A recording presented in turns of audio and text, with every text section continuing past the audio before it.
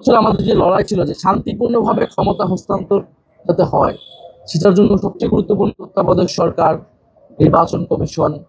তা আমরা দেখলাম যে এই সরকারও আসলে পুরনো স্বৈরতন্ত্রের পথে হাঁটছে। এবং আমরা কিন্তু প্রথম অধিবেশনের একদম প্রথম দিনেই আমরা বলেছিলাম যে এই ফ্যাসিবাদের দোসর চুপ্পু তাকে রাষ্ট্রপতি থেকে অপসারণ করে নতুন রাষ্ট্রপতি যাতে দ্রুত সময়ের মধ্যে দেওয়া হয় জুলাই সনদ অনুসারে। তো সেই রাষ্ট্রপতিকে তারা 6 মাস রেখে দিল এবং তাকে এখন একটা ফ্রি এক্সিট দেওয়া হচ্ছে, কোনো ধরনের বিচারের আওতায় আনা হচ্ছে না। এটাও আমাদের কাছে সন্দেহজনক। এবং এই যে 6 মাস টাইম তারা বৃদ্ধি করলো, এটা আসলে কোন ষড়যন্ত্র বা কোন প্রায় তারা তারা মাথায় রেখে এটা করছে। কারণ আমরা জানি পরবর্তী 5 বছর যখন অতিক্রম হবে, এই রাষ্ট্রপতি সেই সময় থাকবেন এবং তখন তত্ত্বাবধায়ক সরকার কিভাবে হবে, এই রাষ্ট্রপতি যিনি রাষ্ট্রপতি হতে যাচ্ছেন হবেন, তার ভূমিকা কি হবে, এই পুরা বিষয়টা কিন্তু জাতির সামনে একটা সন্দেহ তৈরি করে। কারণ আমরা বিএনপির অতীত ইতিহাসে দেখছি তারা সবসময় চেষ্টা করেছে এই ট্রানজিশনের সময়গুলো যাতে নিজেদের হাতে ক্ষমতা থাকে, সেটা তারা বিভিন্ন সময় চেষ্টা করেছে এবং বাংলাদেশে অনেকগুলা রাজনৈতিক সাংবিধানিক সংকট তারা তৈরি করেছে। এই বিষয়গুলা আমাদের দীর্ঘমেয়াদী বিষয়গুলো আলোচনায় এসেছে এবং সেগুলো নিয়ে আমরা আরো কথা বলবো। তবে যেটা সাম্প্রতিক বিষয়, আমাদের 11 দলের বৈঠকে সিদ্ধান্ত হয়েছে যে এই রাষ্ট্রপতি নির্বাচনে আমরা 11 দলের পক্ষ থেকে আমরা অংশ নিব, আমরা আমরা প্রার্থী দিব।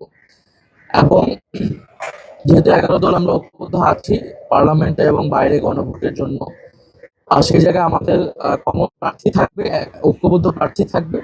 এবং আমরা সিদ্ধান্ত নিয়েছি আমাদের বৈঠকে আমাদের পক্ষ থেকে এই রাষ্ট্রপতি নির্বাচনে প্রার্থী হবেন আমাদের 11 দল শরিক দল, এলডিপির সম্মানিত চেয়ারম্যান এবং বাংলাদেশের একজন অভিজ্ঞ রাজনীতিবিদ এবং রণাঙ্গনের মুক্তিযোদ্ধা ছিলেন, বিভিন্ন সময় মন্ত্রণালয়ের দায়িত্ব পালন করেছেন, বেশ কয়েকবার 6বারের মতো তিনি জাতীয় সংসদ সদস্য নির্বাচিত হয়েছেন এবং বীর বিক্রম মুক্তিযোদ্ধা কর্নেল অলি আহমদ, উনি 11 দলের পক্ষ থেকে রাষ্ট্রপতি পদে প্রার্থী থাকবেন 11 দলের। আমরা মনে করি দেশের এই যে সংকট একটা চলছে, এই সময় দেশের যে ধরনের অভিভাবকত্ব প্রয়োজন রাষ্ট্রপতি হিসেবে, আমরা মনে করি কর্নেল অলি আহমেদ উপযুক্ত এবং ওনার অভিভাবকত্বে বা ওনার নেতৃত্বে এই সম্ভব বলে আমরা মনে করি।